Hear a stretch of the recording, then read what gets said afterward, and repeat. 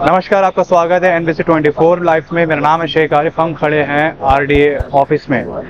आज RDA Raipur development authority जो है उसके अध्यक्ष का पदभार हुआ है। अध्यक्ष का मैं बोर्ड बताना चाहूँगा, नंद कुमार साहू जी हैं। उन्होंने आज शुक्रवार के दिन उन्होंने अपना पदभार ग्रहण किया। हम सीधा उनके दफ्तर आए हैं, उनसे बात करने की कोशिश करेंगे और शुभकामनाएं भी देंगे कि कैसा रहा। सर अंदर आ सकते हैं? आइए। साहू जी, बहुत बहुत धन्यवाद और आपको बहुत बहुत बधाई।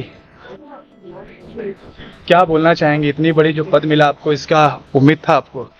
देखिए, हम शुरू से संगठन में काम कर रहे हैं।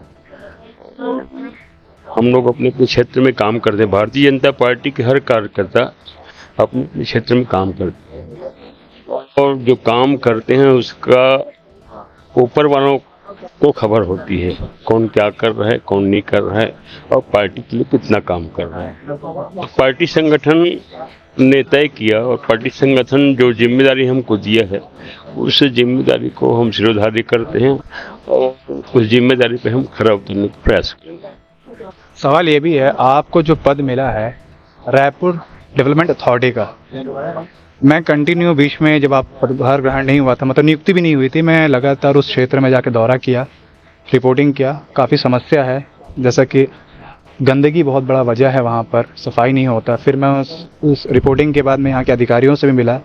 उनका कहना है, इंजीनियर का कहना है कि वहाँ से टैक्स नहीं जमा हो रहा है। तो ऐसे में अब आपकी सरकार है, आप आज पदभार ग्रहण किए हैं, तो जो टैक्स नहीं जमा हो रहा जिसकी वजह से वहाँ काम नहीं हो रहा ठीक से, तो ये एक समस्या है और एक बहुत बड़ी जिम्मेदारी भी है, क्योंकि वो सब आपके ही लोग हैं, क्षेत्र की जनता, वो सब एक जनप्रतिनिधि की जिम्मेदारी होगी है। तो कैसे कार्य होगा? देखिए, आज तो मैं पदभार ग्रहण किए हूँ और हम अधिकारियों को बुलाएंगे, उनसे चर्चा करेंगे। टैक्स नहीं देने का कारण क्या है, क्यों टैक्स नहीं दे रहे हैं, उनको हम बुलाएंगे और उनकी अगर समस्या है, ऐसा कोई बात है जिसके कारण अगर वो टैक्स देने में इनकार कर रहे हैं तो उसका समाधान हम निकालेंगे और उस समाधान के माध्यम से टैक्स वसूल हो जाए। और ये जो अब गंदगी की बात कर रहे हैं, हम तो भाई उनके क्षेत्र जहाँ रहते हैं वहीं अगर गंदगी रहेगी और टैक्स नहीं देंगे, वही लोग हल्ला करेंगे, तो कैसे बनेगा? ठीक भाई सर, इसका समाधान निकालना बहुत ज़रूरी है, क्योंकि उनका जो वहाँ के जो राहगीर हैं, निवासी, उनका कहना है कि जो गटर है वो खुला पड़ा। मैंने खुद कवरेज किया है, इसलिए मैं जाके अधिकारियों से।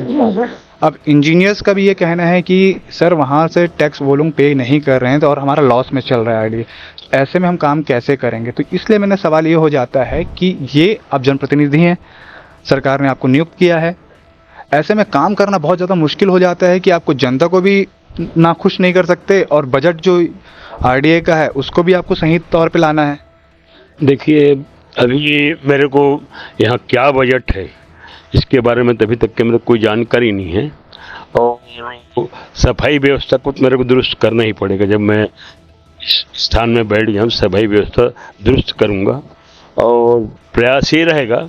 हमारे यहाँ पर जो टैक्स की जो बात आई है, तो टैक्स हम जल्द से जल्द उनसे कैसे वसूलें, इसके लिए भी हम निर्णय करेंगे और अगर नहीं होता है तो हम राज्य शासन से भी इस संबंध में चर्चा करेंगे। मतलब ये मान लिया जाए कि अब साहू जी अब बैठेंगे नहीं ऑफिस में, अब फील्ड में रहेंगे, दौरा है। देखो, मैं शुरू से आप देखे होंगे, चाहे मैं पूर्व में विधायक रहा हूँ या क्षेत्र का कार्यकर्ता रहा हूँ, तो टेबल में तो बैठने का कोई सवाल ही नहीं है। हम क्षेत्र में ही घूमते हैं, क्षेत्र में जनता की समस्या क्या है या क्षेत्र में कौन कौन सी और मुसीबतें हैं जिसको हमको जल्द से जल्द उसको सुधार करना है। इसके लिए हम अपने और जो यहाँ के जो अधिकारी हैं, कर्मचारी हैं, उनको साथ लेके चलूँगा और देखूँगा, मैं भ्रमण करूँगा। बहुत बहुत धन्यवाद और बधाई हो सर आपको।